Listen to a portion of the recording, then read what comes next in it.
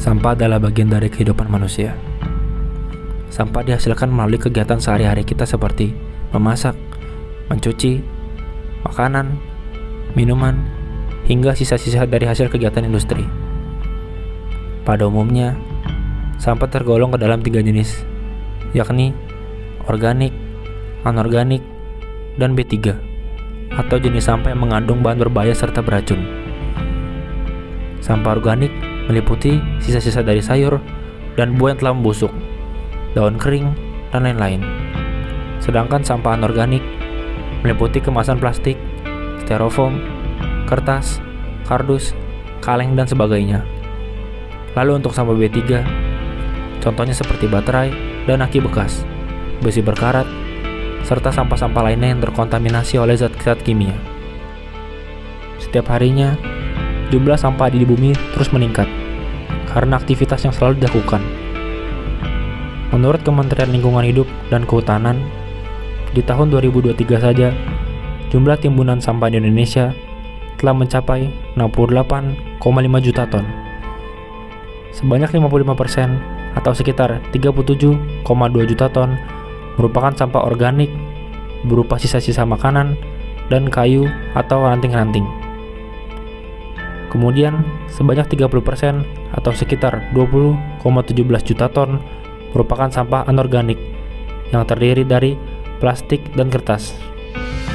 Serta terakhir, sebanyak 15% atau sekitar 10,2 juta ton merupakan sampah lainnya seperti kaca, logam, kain, dan lain-lain. Melihat data dari KLHK tersebut, jumlah sampah di Indonesia saja sudah sebegitu banyaknya. Bagaimana dengan satu dunia? Melansir dari OK News, jumlah sampah plastik dunia pada tahun 2021 mencapai 139 juta metrik ton, atau setara dengan 153,2 juta ton. Ini adalah nominal sangat besar dan parah sekali jumlahnya. Belum lagi jika ditambah dengan jenis-jenis sampah lainnya, yang tentu akan jauh lebih besar lagi. Indonesia pun turut menjadi negara penyumbang sampah plastik terbesar kelima dunia, dengan total mencapai 9,13 juta ton per tahun 2022. Sebanyak 56,3 ribu ton diantaranya dibuang ke laut. Sudah kebayangkan seberapa banyaknya sampah yang dihasilkan oleh manusia? Permasalahan utama dari sampah ini adalah masih banyaknya sampah yang tidak dapat dikelola ataupun didaur ulang dengan baik. Akibatnya, hanya sedikit sampah yang bisa dimanfaatkan kembali oleh manusia. Sedangkan sisanya ya masih dibiarkan atau ditumpuk begitu saja, karena mungkin juga masih ada kendala berupa keterbatasan dalam mengelola berbagai sampah tersebut. Di Indonesia sendiri, jangankan kita berbicara mengenai pengelolaan sampah terlebih dahulu. Walaupun memang ada upaya yang dilakukan oleh pemerintah agar sampah yang dihasilkan dapat dikelola maupun didaur ulang kembali. Kita lihat dulu saja ke lingkungan sekitar kita. Terkadang masih banyak sampah yang bertebaran, entah itu di pinggir jalan, selokan, atau bahkan sungai sekalipun. Hal ini menunjukkan bahwa masih banyak orang Indonesia yang kurang peduli ataupun mungkin pengetahuannya terbatas terhadap sampah. Ya, intinya masih ada saja yang buang sampah sembarangan.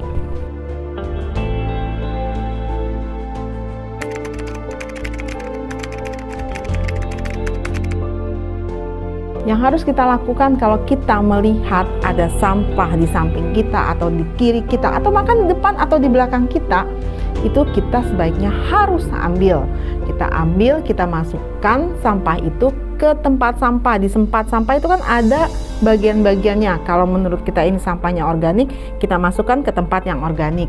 Kalau misalnya ini sampah bukan atau non organik, maka kita akan masukkan ke tempat yang non-organik, supaya nanti mereka yang akan membawa sampah-sampah ini bisa udah langsung memilahnya dengan baik.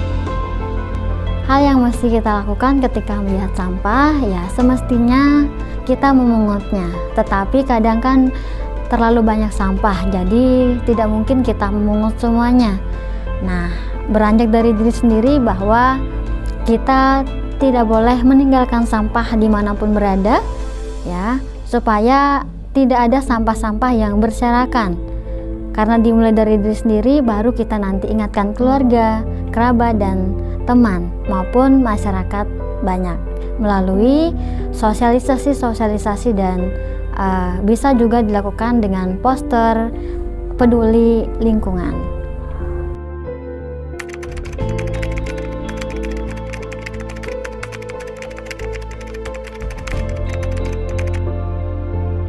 Nah, untuk yang kalau sebaiknya yang harus kita lakukan kalau kita memang tahu ada sampah, seperti kayak ibu rumah tangga, kalau setiap kali sudah selesai masak gitu kan, itu kan pasti ada remah-remahnya, sayur-sayurannya ya. Itu sebaiknya kita bisa lakukan untuk di rumah yang sederhana aja. Kita gali lubang, kita kubur di situ, kita jadikan kompos ya, kompos tanaman gitu. Kita bikin lubangnya, kita masukkan sampah-sampah itu kalau sampah untuk yang remah-remah hasil masakan kita gitu. Kalau seandainya sampahnya yang tidak bisa kita kuburkan seperti kayak plastik ya, plastik sabun, itu kita bisa gunakan. Nanti kita bikin satu ini hasil gitu kan, satu hasil karya, sehingga kita jadikan itu bisa jadi kantong kresek, kan lebih menghemat lagi. Kita jadi global warmingnya lebih terlaksana dengan baik. Untuk mengelola sampah, terutama milik kita sendiri ya, misalkan dimulai dari rumah, kita bisa memisahkan sampah plastik dengan sampah yang mudah terurai ya. Jadi nanti kalau misalkan sampah yang mudah terurai, bisa kita lakukan untuk pembuatan kompos atau mungkin ekoenzim ya. Ekoenzim itu sangat bagus. Kemudian untuk yang sampah-sampah plastik ya bisa dibikin kreasi ya, bisa didaur ulang gitu, sehingga nanti sampah-sampah plastik tersebut memiliki nilai jual yang tinggi.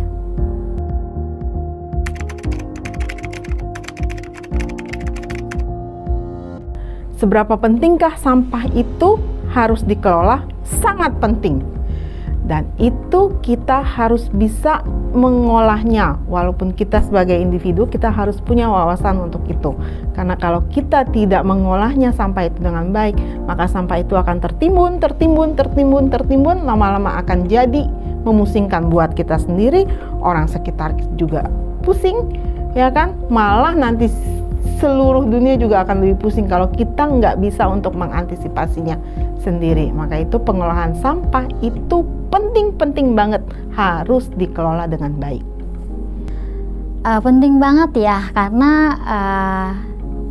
di samping untuk mengurangi sampah yang berserakan, jadi ketika kita punya cara pengelolaan sampah, otomatis dari kita sendiri nanti sampah tersebut yang awalnya sampah tidak berguna jadi berguna untuk orang banyak, seperti kreativitas, misalkan membuat kotak pensil dari botol, atau mungkin membuat vas bunga, atau mungkin bisa bikin bunga. Kemudian kalau misalkan ekoenzim kan bisa untuk pupuk berbagai macam tumbuhan.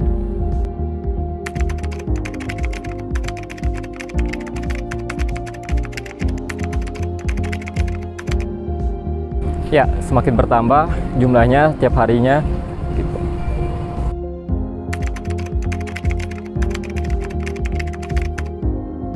Ya, sangat kesulitan khususnya untuk membedakan mana sampah yang bisa didaur ulang kembali dan mana yang sampah yang tidak bisa didaur ulang.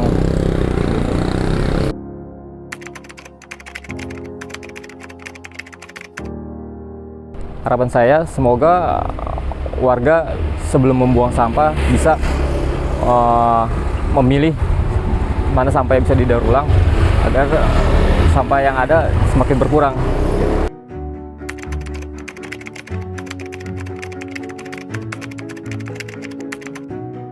Pesan saya supaya masyarakat sadar akan lingkungan dan juga sadar akan kesehatan, karena jika kita buang sampah sembarangan itu banyak yang akan dirugikan, khususnya banjir dan juga bau tidak sedap bagi kesehatan. Berangkat dari sejumlah jawaban tersebut, memang seharusnya kita mulai berbenah diri dalam menyikapi lingkungan sekitar kita, khususnya terhadap permasalahan sampah yang ada.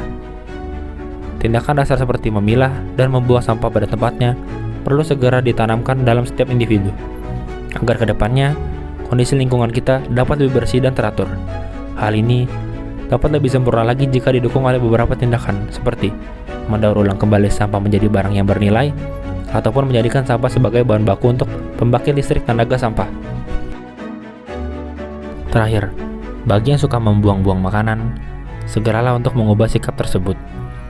Ambillah makanan secukupnya, agar kemudian tidak menjadi sampah organik. Ingatlah, bahwa dalam sebutir nasi, terdapat jerih payah seorang petani.